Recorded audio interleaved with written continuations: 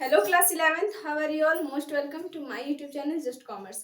सो आज का जो हमारा क्लास है ये बहुत ही इंपॉर्टेंट होने वाला है एंड आज की क्लास में हम सभी बैंक रिकंसिलिएशन स्टेटमेंट को समझने वाले हैं। इसे अदर नेम बीआरएस के नाम से भी इसे जानते हैं एंड ये जो हमारा चैप्टर है ये बहुत ही बेसिकल चैप्टर है एंड इम्पॉर्टेंट भी है हमारे मतलब थ्योरी के पॉइंट ऑफ व्यू से।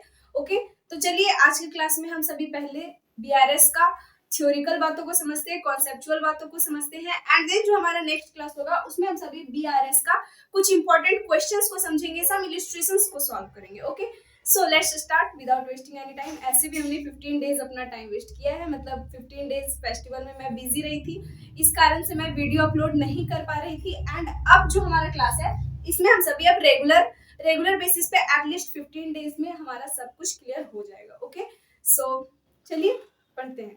तो सबसे पहला तो बात ये होता है कि बीआरएस यानी बैंक रिकंसिलिएशन स्टेटमेंट है क्या।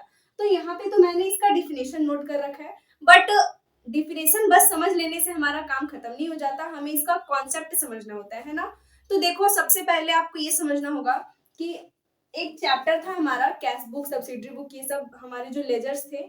तो कैश बुक मैंने अभी नहीं बताया, बट लेजर तो मैंने पहले ही बताया था, स्टार्टिंग के वीडियोस थे हमारे, तो आप वहां से पढ़ सकते हो लेजर्स अकाउंट, लेजर कैसे प्रिपेयर होता है। But cash book, I hope कि आप सभी को पता है कि कैश बुक कैसे प्रिपेयर करते हैं, सब्सिडरी बुक, कैश बुक, ये सारी चीजें आपको आती है, ठीक है। एंड इफ अगर आपको प्रॉब्लम है ना तो आप मुझसे पूछ सकते हो, कांटेक्ट कर सकते हो। इंस्टाग्राम का लिंक भी मैं आपको दे दूंगी, आप वहां पे मुझे डायरेक्ट मैसेज कर सकते हो। ओके, तो यहाँ पे सबसे पहले तो आपको समझना होगा कि कोई भी बिजनेस है या कोई भी फॉर्म हो या कोई भी प्रोप्राइटरशिप हो, इन सभी में जितने भी ट्रांजेक्शन होते हैं वो सारे हम फाइनेंशियल ट्रांजेक्शन का अकाउंटिंग करते हैं ना। फाइनेंशियल ट्रांजेक्शन के अलावा अगर और कोई ट्रांजेक्शन हो रहा है तो उन्हें हम रिकॉर्ड करते हैं क्या अकाउंट्स में? नहीं, उन सभी का लेना देना अकाउंटिंग में है ही नहीं। जो फाइनेंशियल ट्रांजेक्शन नहीं है उनसे हमें कोई मतलब नहीं है। बट जो फाइनेंशियल ट्रांजेक्शन है, जितने भी फाइनेंशियल ट्रांजेक्शन है, उन सभी का रिकॉर्डिंग करती है कंपनी, फर्म, बिजनेस जो भी है, ठीक है, वो सभी का रिकॉर्डिंग करती है। तो कंपनी क्या करती है, मतलब तो कंपनी, सॉरी मैं बाय मिस्टेक कंपनी बोल दे रही हूँ, बट यहाँ पे कंपनी जो मैं बोल रही हूँ ना, इसका मतलब है फर्म या बिजनेस, ठीक है। तो यहाँ पे कोई भी फर्म या बिजनेस जो है वो सारी चीजों को रिकॉर्ड करती है, देन ये अपना एक कैश बुक प्रिपेयर करती है। क्या बनाती है? Cash book. एंड इस कैश बुक में वो सारे ट्रांजेक्शन्स को रिकॉर्ड करती है, इनफ्लो आउटफ्लो जितने भी होते हैं इन सभी को रिकॉर्ड करती है, ठीक है। एंड इसी कंपनी का, सॉरी, एंड इसी फर्म का, ठीक है, मान लेते हैं ये फर्म है, ठीक है, एंड इसी फर्म का, ये जो फर्म है ये कैश बुक बना रही है एंड इसी फर्म का एक बैंक अकाउंट भी ओपन है, ठीक है। इसी फर्म का एक बैंक अकाउंट ओपन है एंड ये बैंक अकाउंट से भी अपना मतलब ट्रांजेक्शन करती है। तो हम क्या जानते हैं कि जो कैश बुक कंपनी प्रिपेयर करती है ये एक बैंक कॉलम, मतलब ये बैंक कॉलम कैश बुक होता है, ठीक है। बैंक कॉलम मतलब कैश बुक में हम कॉलम बनाते हैं, इस तरीके से कॉलम बना होता है। एक हमारा कैश का होता है एंड एक हमारा बैंक का होता है ना। तो कैश कॉलम में हम कैश में हुए लेन देन को रिकॉर्ड करते हैं एंड बैंक कॉलम में हम जितने भी ट्रांजेक्शन बैंक से हो रहे हैं, चेक वगैरह हो गए या बैंक से ऑनलाइन पेमेंट वगैरह हो गए, उन्हें हम बैंक में रिकॉर्ड करते हैं, ठीक है, बैंक कॉलम में रिकॉर्ड करते हैं। ओके, तो यहाँ पे बात क्या है कि कैश बुक तो हमें समझ में आ गया, जिसमें कंपनी जो है वो अपने सारे ट्रांजेक्शन को रिकॉर्ड करती है, इवन वो कैश में हुआ हो या फिर बैंक से हुआ हो, ठीक है। एंड इसी कंपनी का, मतलब सॉरी, इसी फर्म का यहाँ पे एक बैंक अकाउंट भी ओपन है किसी बैंक में एंड साथ ही साथ फर्म तो रिकॉर्ड कर ही रहा है अपनी सारी ट्रांजेक्शन्स को कैश बुक में, बट इस फर्म का एक ट्रांजेक्शन, मतलब इस फर्म का रिकॉर्डिंग जो है वो बैंक भी कर रही है, ठीक है। एंड बैंक कहाँ करती है? तो बैंक जो है इन सभी चीजों का रिकॉर्डिंग पासबुक में करती है। किस चीज में करती है? पासबुक में। देखे है ना, हमें तो पासबुक मिलता ही है ना बैंक में, जब हम अकाउंट ओपन करने जाते हैं तो हमें पासबुक मिलता है, ठीक है। तो यहाँ पे आपको समझना क्या है कि बैंक जो है वो सभी चीजों को रिकॉर्ड करती है किधर? पासबुक में। बस डिफरेंस इतना है कि हम सभी एक मतलब नॉर्मल पर्सन है, तो हम सभी जब अकाउंट ओपन करवाने के लिए तो हमें सेविंग अकाउंट ओपन करवाना होता है ना, हम सभी सेविंग अकाउंट ओपन करते हैं। बट कोई बिजनेस है, कोई फर्म है, कोई कंपनी, ये सारे सेविंग अकाउंट ओपन नहीं करते, ये सब करंट अकाउंट ओपन करते हैं। And current account and saving account में डिफरेंस क्या है? तो देखो, हम सभी जो सेविंग अकाउंट्स ओपन करते हैं इनमें हमें कुछ लिमिटेड हमें मिला हुआ है, मतलब हम लिमिटेड ट्रांजेक्शन इनमें कर सकते हैं, लिमिटेड अमाउंट ही ले सकते हैं, दे सकते हैं, मतलब लिमिटेड ट्रांजेक्शन होगा इसमें। बट अगर बात आए करंट अकाउंट का, अगर बात आए बैंक मतलब कोई भी बिजनेस जो अकाउंट ओपन करती है, तो उसमें जो है वो अनलिमिटेड ट्रांजेक्शन्स कर सकती है। ओके, चाहे जितना मन उतना, अगर उनके अकाउंट में उतना पैसा नहीं भी है तो उससे ज्यादा भी वो उस अकाउंट से निकाल सकती है कंपनी, सॉरी मतलब बिजनेस या फर्म या प्रोप्राइटरशिप जो भी है, ठीक है, वो जितना नहीं है उससे अधिक भी निकाल सकते हैं, उसे ओवरड्राफ्ट बोलते हैं। ओके, इसे हम आगे भी डिस्कस करेंगे, ठीक है। तो यहाँ पे आपको समझना क्या है कि कोई भी फर्म जो है वो अपनी चीजों को रिकॉर्ड करती है कैशबुक में, एज वेल एज उसे बैंक भी रिकॉर्ड करता है किधर, पासबुक में। तो हमेशा, ठीक है, हर एंडिंग डेट को, चाहे वो वीक का एंडिंग हो, चाहे वो मंथ का एंडिंग हो, या कोई फाइनेंशियल ईयर का एंडिंग हो, जनरली सारे बिजनेसेस जो है वो मंथ के एंडिंग में अपना कैशबुक का बैलेंस को एंड पासबुक का बैलेंस को मैच करते हैं, ठीक है। तो अब आप बोलोगे कैशबुक में तो 2 कॉलम होता है, एक कैश का एक बैंक का, तो कैसे मैच होगा, तो बैंक कॉलम वाला, ठीक है, बैंक कॉलम वाला अमाउंट, मतलब कैशबुक में देखता है फर्म या कंपनी, देखती है कि उनका बैंक में कितना अमाउंट है, एंड देन वो पासबुक में देखती है कि उनका पासबुक में कितना अमाउंट है, ठीक है, मैच करती है। अगर इक्वल आ रही है तो बहुत अच्छी बात है, एंड इफ अगर इक्वल नहीं आ रहा है, कहीं से कोई प्रॉब्लम क्रिएट हो रहा है, कहीं कोई डिफरेंसेस आ रहे हैं, तो फिर उन्हें सुधारने के लिए जो स्टेटमेंट बनाया जाता है that is called BRS, that is called bank reconciliation statement. आई बात समझ में? फिर से समझ लो, जब भी कैशबुक एंड पासबुक के बीच में डिफरेंस आए, कैशबुक का bank column and passbook, passbook में तो ऐसे बैंक का ही चीज दिखाते हैं ना, बैंक से जितने ट्रांजेक्शन किए उन्हें ही दिखाते हैं ना, तो यहाँ पे आपको समझना क्या है कि कैशबुक का बैंक कॉलम वाला अमाउंट एंड पासबुक का अमाउंट दोनों मैच करना चाहिए। इफ अगर किसी सिचुएशन में मैच नहीं कर रहा है तो उन्हें हमें सुधारना होगा, मैचिंग करवाना होगा, ठीक है। तो उस मैचिंग करवाने के लिए, उसे सुधारने के लिए हम जो स्टेटमेंट प्रिपेयर करते हैं that is called bank reconciliation statement. Okay, I hope कि आपको ये बातें बहुत ही अच्छे से समझ में आ रही है, एंड इफ अगर नहीं समझ में आ रही है तो प्लीज मुझसे पूछ लेना। ओके, अब हम सभी इसका डिफिनेशन को समझते हैं। तो जितनी बातें अभी हमने की, ये सभी बात ही यहाँ पे लिखा गया है, ठीक है, एज डिफिनेशन मैंने नोट डाउन किया है। तो यहाँ पे मैंने क्या लिखा है, bank reconciliation statement is a statement to reconcile amounts of bank statement, जिसे पासबुक भी बोलते हैं, बैंक स्टेटमेंट को, मतलब पासबुक को बैंक स्टेटमेंट भी आपको लिखा हुआ मिल सकता है। Okay, then and cashbook when there were any differences between the balance shown in bank statement and passbook. आई बात समझ में? मतलब बैंक रिकंसिलिएशन स्टेटमेंट एक स्टेटमेंट हम तैयार करते हैं, ये अकाउंट नहीं है, it is a statement. Okay, तो यहाँ पे क्या है कि बैंक रिकंसिलिएशन स्टेटमेंट हम तैयार करते हैं, क्यों? तो bank reconciliation statement is a statement जो रिकंसाइल, रिकंसाइल मतलब सुधारना, मिलाना, समाधान करना, ठीक है, सुधारने के लिए हम ये अकाउंट प्रिपेयर करते हैं, किसे? तो बैंक स्टेटमेंट को एंड कैशबुक को, अगर उनमें कोई डिफरेंस आ गया तो। आई बात समझ में? तो ये है इसका डिफिनेशन, शॉर्टेस्ट डिफिनेशन मैंने लिखा है, ठीक है। अगर आपको इससे स्क्रीनशॉट लेना है, नोट करना है तो जल्दी कर लो, ठीक है। देन आई होप कि आपको ये बात समझ में आ गया। अब कुछ और भी बातों को हमें समझना है, इस चैप्टर को बहुत ही अच्छे से, डीपली, एकदम अच्छे से क्लियर करना है। ओके, तो अभी मैं इसे क्लीन कर देती हूँ। तो चलिए अब हम समझते हैं कि देखो, जब भी हम कैशबुक बनाते हैं, ठीक है, या फिर जब भी हम पासबुक बनाते हैं, तो सबसे पहले तो आपको ये समझना होगा, हम इधर कैशबुक लिख लेते हैं, ओके, एंड इधर हम पासबुक लिख लेते हैं, इसे बैंक स्टेटमेंट भी बोलते हैं, अभी मैंने बोला। ओके, सो तो पासबुक में जब भी कोई अमाउंट इंक्रीज होता है, ठीक है, मतलब कैशबुक का बात अगर हम करें तो जब भी कोई अमाउंट अगर बढ़ रहा है तो उसे हम किधर रिकॉर्ड करते हैं? डेबिट में। एंड अगर घट रहा है तो उसे किधर रिकॉर्ड करते हैं? क्रेडिट में। तो व्हेन इंक्रीज, इंक्रीज के टाइम पे, ठीक है, इंक्रीज के टाइम पे जब भी अमाउंट बढ़ रही हो, ठीक है, जब भी अमाउंट बढ़ रहा हो, तो उस सिचुएशन में हम कैशबुक में डेबिट में रिकॉर्ड करते हैं, करते हैं ना?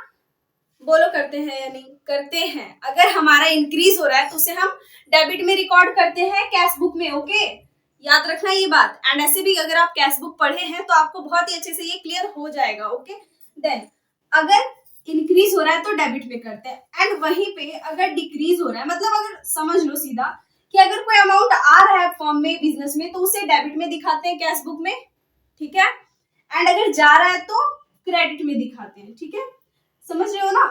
आ रहा है तो डेबिट एंड जा रहा है तो क्रेडिट, किसमें, तो कैश बुक में। वही पासबुक में जस्ट अपोजिट हो जाता है। यहीं पे बच्चे फंसते हैं, कंफ्यूजन होता है यहीं पे सभी को, हमें भी हुआ करता था, ठीक है। तो यहाँ पे समझना क्या है आपको कि पासबुक में ऐसा नहीं है, पासबुक में जब इंक्रीज होता है ना तो क्रेडिट में शो करेंगे, ठीक है। जब पासबुक में इंक्रीज होता है तो उसे हम क्रेडिट में शो करेंगे, एंड अगर डिक्रीज होता है ना तो डेबिट में शो करेंगे।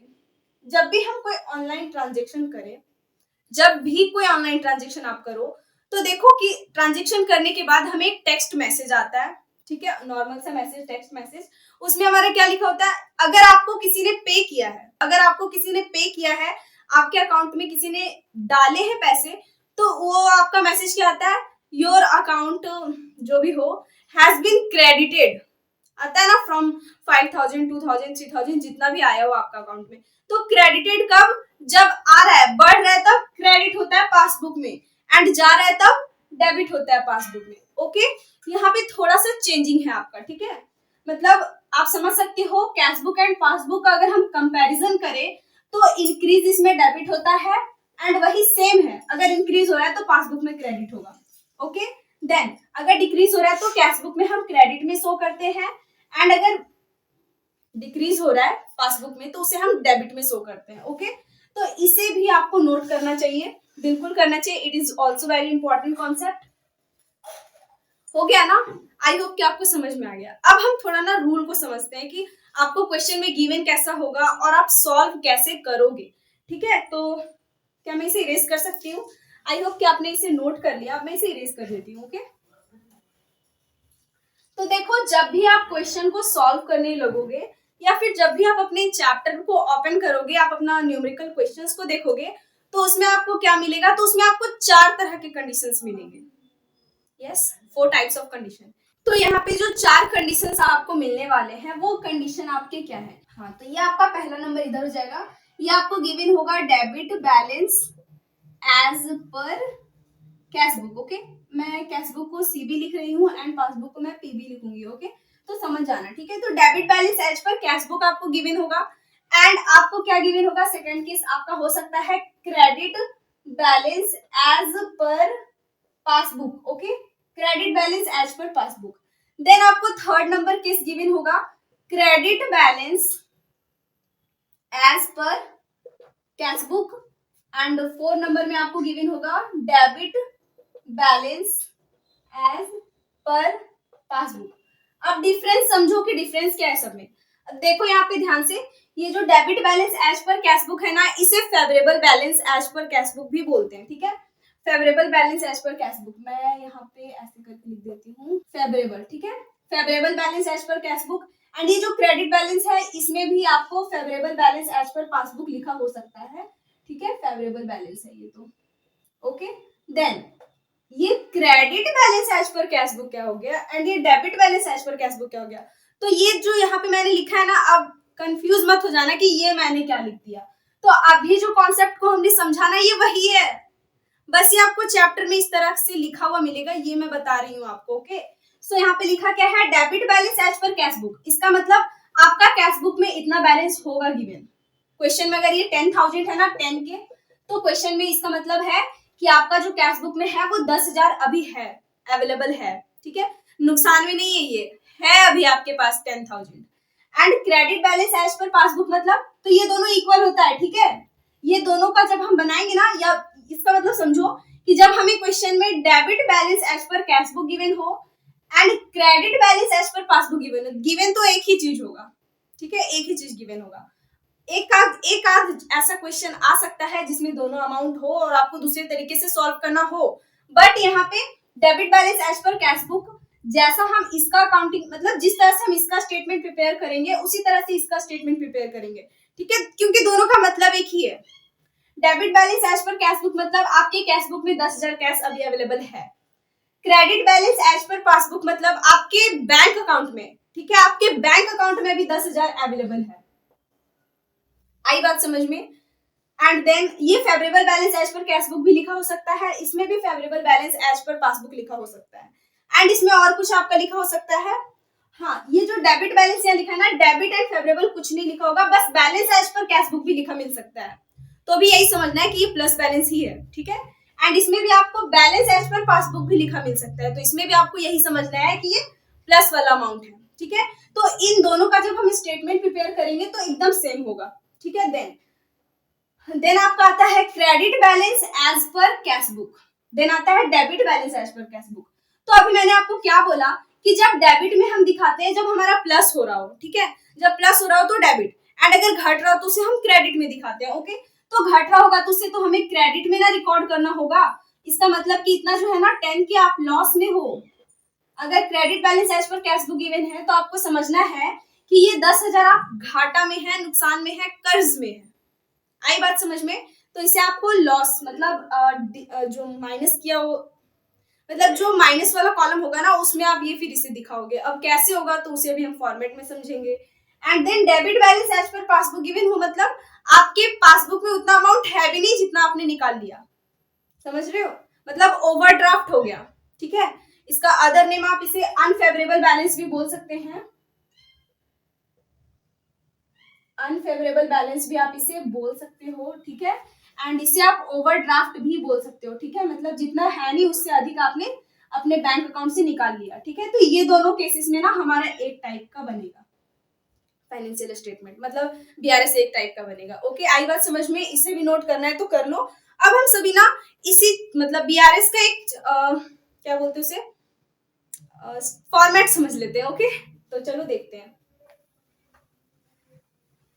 हाँ, तो फॉर्मेट अब हम समझते हैं। एंड इस फॉर्मेट को समझना बहुत ही आसान है। देखो और भी अदर राइटर्स के बुक में एंड हमारा जो एनसीईआरटी बुक में सब में मतलब फॉर्मेट में कुछ चेंजेस हैं, ठीक है। मतलब आपको हो सकता है कि मैं यहाँ पे जो फॉर्मेट बताऊं वो आपको अलग मिले, आपके स्कूल वाली टीचर या ट्यूशन वाली टीचर ने जो आपको फॉर्मेट बताया है वो फॉर्मेट अलग हो, ठीक है। तो फॉर्मेट को लेकर कंफ्यूज मत होना, ओके, क्योंकि फॉर्मेट यहाँ पे अलग हो सकता है बट यहाँ पे कॉन्सेप्ट्स जो है वो बिल्कुल सेम होंगे, ओके। तो फॉर्मेट आपको कैसे बनाना है, इसमें कोई डेबिट क्रेडिट नहीं क्योंकि ये अकाउंट नहीं है, ओके। तो सबसे पहले आपको ऊपर में ऐसे लिख लेना है बीआरएस एंड एज ऑन जो भी डेट को आप बना रहे हो, ठीक है। एंड अगर फर्म का नेम दिया हुआ है, बिजनेस का नेम दिया है तो बीआरएस ऑफ यानी बैंक रिकंसिलिएशन स्टेटमेंट ऑफ जो नेम होगा उसका वो, ठीक है। देन आपको इस तरीके से लाइन ड्रॉ करना है। अब अकाउंट से बिना लाइन ड्रॉ किए तो कुछ होता नहीं है हमारा, है ना, इस तरीके से, ठीक है। तो देखो आप यहाँ पे पर्टिकुलर्स लिखोगे, पर्टिकुलर्स, देन आप यहाँ पे अमाउंट लिखोगे, आप ऐसे कर लेना, ये आपका अमाउंट कॉलम है एंड ये प्लस अमाउंट, जिन्हें आपको ऐड करना है वो अमाउंट इधर एंड जिन्हें आपने लेस करना है वो अमाउंट इधर, ठीक है। तो देखो एंड हाँ एक रूल मैं आपको बताना भूल गई, एंड ये रूल क्या है, तो रूल देखो मैं भी आपको बता देती हूँ कि अगर आपका क्वेश्चन स्टार्ट हुआ है balance as per cash book से, okay, balance as per cash book मतलब ये आपका डेबिट बैलेंस भी लिखा हो सकता है, फेवरेबल बैलेंस भी लिखा हो सकता है, या बस balance as per cash book भी लिखा हो सकता है, ठीक है। अगर आपका बैलेंस आपका क्वेश्चन ऐसे स्टार्ट हो रहा है तो एंडिंग उसका कैसे होगा, तो खत्म वो होगा इक्वल करके, अभी मैंने लिखा था ना, क्या लिखा था, debit balance as per cash book equal में मैंने क्या लिखा था, credit balance as per passbook. तो यस आपका आंसर जो आएगा मतलब यहाँ पे जो आपका अमाउंट आएगा ना यहाँ पे, उसे आप क्या लिखोगे, उसे आप लिखोगे क्रेडिट या फेवरेबल या फिर balance only, okay, as per passbook. आई बात समझ में? ये रूल है, अगर यहाँ पे credit balance as per cash book given होगा ना तो फिर आप यहाँ पे debit balance as per passbook लिखोगे, समझ में आया। स्टार्ट जिससे होगा उसका एंड अपोजिट होगा, मतलब पासबुक अगर स्टार्ट कैश बुक पे हो रहा है तो एंड पासबुक पे होगा, इस तरीके से, ठीक है।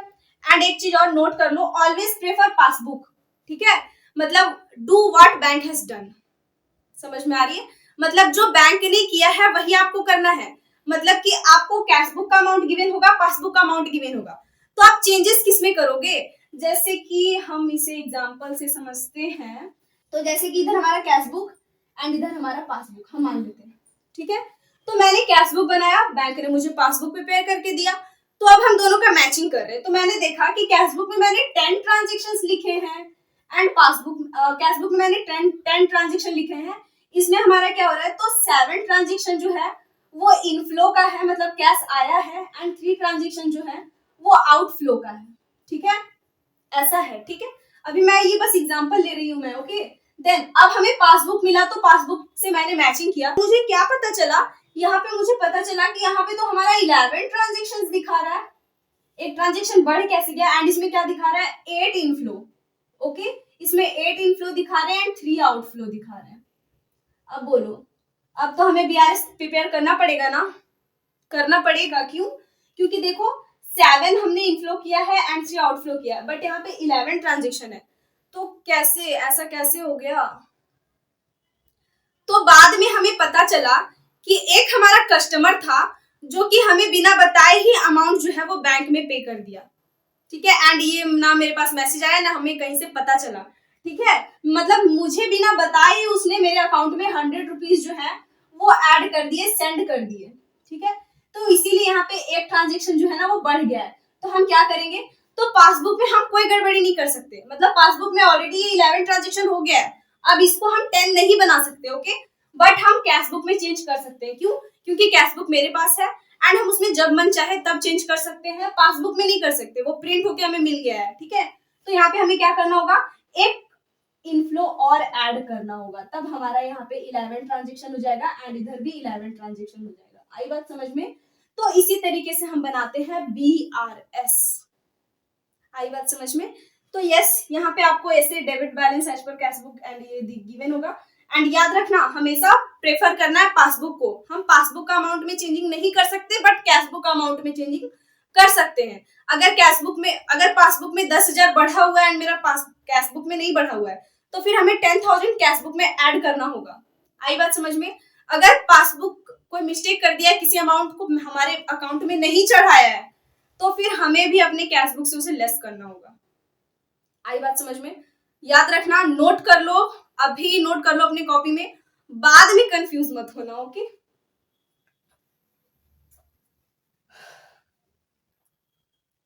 तो आप यहाँ पे ऐसे फॉर्मेट आपका बना रहेगा, आप इधर ऐड करने वाली चीजें लिखेंगे एंड इधर लेस करने वाली चीजें लिखेंगे, ठीक है। अब ऐड करने वाली चीजों में आप क्या क्या लिख सकते हो इसे देख लो, एंड लेस करने वाली चीजों में आप क्या क्या लिख सकते हो इसे देख लो, ओके। हाँ, तो आप इसमें ऐड कर सकते हो, जैसे कि मान लेते हैं हम कि हमने कैश बुक बनाया एंड पासबुक हमें मिल गया, ठीक है। तो आपका पासबुक में मतलब आपके अकाउंट में बैंक ने इंटरेस्ट पे कर दिया, ठीक है। हमारा कैश बुक में इसके लिए ना हम इसके लिए भी हम एक एग्जांपल ले लेते हैं, ठीक है, ताकि आपको बहुत ही अच्छे से समझ में आए। तो हम यहाँ पे कैश बुक ले लेते हैं, इधर पासबुक ले लेते हैं, ठीक है। हम मान लेते हैं ना कि हमारा कैश बुक में जो है वो पहले से 1000 रुपीज है एंड पासबुक में भी 1000 रुपीज है, ठीक है। ये debit balance as per cash book and it is credit balance as per passbook, okay. And इसमें हमारा क्या है, तो बैंक ने जो है ना वो 10 रुपीज मुझे इंटरेस्ट पे किए हैं, तो हमारा बैंक में तो 1010 रुपीज हो जाएगा, बट कैश बुक में तो मैंने इसे चढ़ाया नहीं, क्यों, क्योंकि इंटरेस्ट का तो ना कोई मैसेज आता है ना कोई कॉल आता है ना, तो मैंने इसे कैश बुक में अपना बताया नहीं कि मेरे पास 10 रुपीज आया है। तो क्या करना होगा इसे, तो कैश बुक में हमें फिर ऐड करना होगा, ओके। तो यस, हम यहाँ पे लिखेंगे इंटरेस्ट क्रेडिटेड, ओके, CRE लिखना है यहाँ पे, क्रेडिटेड बाय बैंक, अगर बैंक को इंटरेस्ट क्रेडिट कर रही है, ठीक है, उसका अमाउंट इधर ऐड वाले कॉलम में। आई बात समझ में। अब क्या हुआ कि हमने कोई कैश मतलब कोई चेक इशू किया, ठीक है, मान लेते हैं हम कि यहाँ पे हमने 50 रुपीज का चेक जो है वो इशू किया, तो हमें क्या पता कि हमने कैश जिसे दिया है XYZ, जिस भी पर्सन को हमने कैश चेक दिया है, हम सोच रहे हैं, मतलब आप खुद से सोचो कि आपने किसी को चेक दिया, तो आप क्या मान रहे हो कि वो आपके अकाउंट से इतना पैसा निकाल लेगा एंड आपका अकाउंट में इतना अमाउंट जो है वो कम हो जाएगा, ठीक है। तो यहाँ पे मैं भी मान रही हूँ कि 1000 था मेरे पास, 50 का मैंने चेक दे दिया, तो अब मेरे पास 9050 बचेंगे। पहले तो इसमें कैश ऐड कर लो, ठीक है, मतलब ये इंटरेस्ट ऐड कर लो, नहीं तो फिर मिस्टेक हो जाएगा। तो यहाँ पे भी आपका 1010 हो गया, ठीक है। अब आपने 50 का जो है वो किसी को चेक दिया, आपने चेक इशू किया है, बट वो चेक जो है वो बैंक में प्रेजेंट नहीं हुआ है, जिसे आपने दिया है वो अभी तक बैंक गया ही नहीं लेने के लिए, ठीक है। तो इस तरीके से आप यहाँ पे 0 लिखोगे एंड तो 960 रुपीज आपके पास कैश बुक में है, बट पासबुक में तो समझ रहे हो ना यहाँ पे कि अभी भी आपके कैश बुक में 1010 रुपए है। आप जब आप इशू किए चेक, तो आपके पास से 50 आपने लेस कर दिया, बट बैंक में 50 लेस हुआ है क्या? नहीं, अभी तक नहीं हुआ। तो आप बैंक में लेस नहीं कर सकते, ये पासबुक है उसमें आप कोई चेंजिंग नहीं कर सकते, बट आप कैश बुक में कर सकते हैं। आप इसमें 50 फिर से ऐड कर देंगे, तो फिर ये आपका इतना अमाउंट बराबर हो जाएगा। ओके, आई बात समझ में? तो फिर आप यहाँ पे क्या करोगे, cheque issued but not presented, आई बात समझ में? इसे भी आप ऐड करोगे, ठीक है। अब लेस क्या कर सकते हो आप लेस इसमें क्या कर सकते हो, तो देखो आपने चेक पे किया है, ठीक है, मतलब आप समझ रहे हो कि आपने चेक जो है ना डिपॉजिट किया अपने अकाउंट में। आप मान रहे हो कि 100 रुपीज का चेक जो है वो आप अपने बैंक में डिपॉजिट किए हैं, आपने इसे अपना कैश बुक में नोट किया, ठीक है। तो आप समझ रहे हैं कि आपके अकाउंट में 1110 रुपीज है, बट बैंक वाले ने क्या किया कि इससे अभी तक आपके अकाउंट में 100 रुपीज बढ़ाया ही नहीं है, ठीक है। ये बैंक वाले की गलती है, वो आज मतलब आप जब बना रहे हो ना उस टाइम पे नहीं बढ़ाया, वो हो सकता है बाद में बढ़ाया, ठीक है। तो ऐसा उस टाइम पे तो डिफरेंस हो गया ना, तो फिर आपको क्या करना होगा, तो फिर आपको ये जो 100 आपने ऐड कर रखा था पहले, इसे आपको लेस कर देना पड़ेगा, तो फिर आपका ये बराबर अमाउंट हो जाएगा। आई बात समझ में? तो फिर आपको यहाँ पे लेस करना होगा क्या, अगर आपने किसी चेक डिपॉजिट किया है, ठीक है, check deposited but not credited by bank, okay, लिख लेना एंड इसे लेस वाले कॉलम। आई बात समझ में? देन हो सकता है कि कोई कस्टमर जो है वो आपके बैंक में डायरेक्टली पे कर दे, ठीक है। तो डायरेक्टली पे कर देगा तो आपका पासबुक में अमाउंट बढ़ जाएगा ना, कैश बुक में कम हो जाएगा, तो फिर कैश बुक में ऐड करना होगा। तो डायरेक्टली पेड बाय, डायरेक्टली उसे भी ऐड करना होगा आपको, डायरेक्टली पेड बाय कस्टमर, या फिर आप डेटर बोल सकते हो, ठीक है, इसे भी ऐड करोगे। देन फिर आप क्या करोगे, तो फिर आप लेस क्या कर सकते हो, तो बैंक ने अगर कोई बैंक चार्ज काट लिया, ठीक है, मतलब आपका बैंक जो है वो आपके बैंक से 10 रुपए जो है वो कम कर दिया, ठीक है, तो अब आपके बैंक में 1000 हो गया, मतलब ये कोई बैंक चार्जेस कट कर लिया, बट आपको नहीं पता है कि आपके बैंक से जो है वो 10 रुपए कम हो गया, तो आपके पासबुक मतलब आपके कैश बुक में तो अभी भी बढ़ा हुआ है ना, तो इसे आपको कम करना होगा, तो 10 आपको इधर कम करना होगा, तब जाके ये 1000 एंड ये 1000 होगा। आई बात समझ में? तो आप लेस और क्या कर सकते हो, बैंक चार्जेस, आई बात समझ में? जो यहाँ पे गिवन है उसका मतलब अपोजिट, मतलब यहाँ पे अगर आपका debit balance as per cash book given है तो आपका अमाउंट आएगा यहाँ पे credit balance as per passbook, ठीक है, मतलब एंड यहाँ पे अगर आपका credit balance as per cash book given है तो यहाँ पे आपका debit balance as per passbook आएगा अमाउंट। आई बात समझ में? अब आई होप कि आपको इस चैप्टर का बेसिक्स एटलीस्ट समझ में आ गया। इतना ही फॉर्मेट नहीं है, और भी बहुत सारी चीजें हैं जो आएंगी हमारे क्वेश्चन के सॉल्व करने के दौरान, ठीक है। तो अभी इतना का स्क्रीनशॉट ले लो, वैसे मैं जो नोट्स प्रोवाइड करूंगी ना उसमें मैं फुल फॉर्मेट बना के दे दूंगी आपको, आप वहां से देख लेना क्या ऐड करना है क्या लेस करना है, एंड चैप्टर जब हम पढ़ेंगे सॉल्व करेंगे क्वेश्चन तब भी हमें समझ में आ जाएगा। ओके, सो यहीं पे हमारा आज का क्लास खत्म होता है, मिलते हैं नेक्स्ट क्लास में। नेक्स्ट क्लास हमारा इसका क्वेश्चंस का होगा, ठीक है। सो तब तक के लिए बाय बाय एंड टेक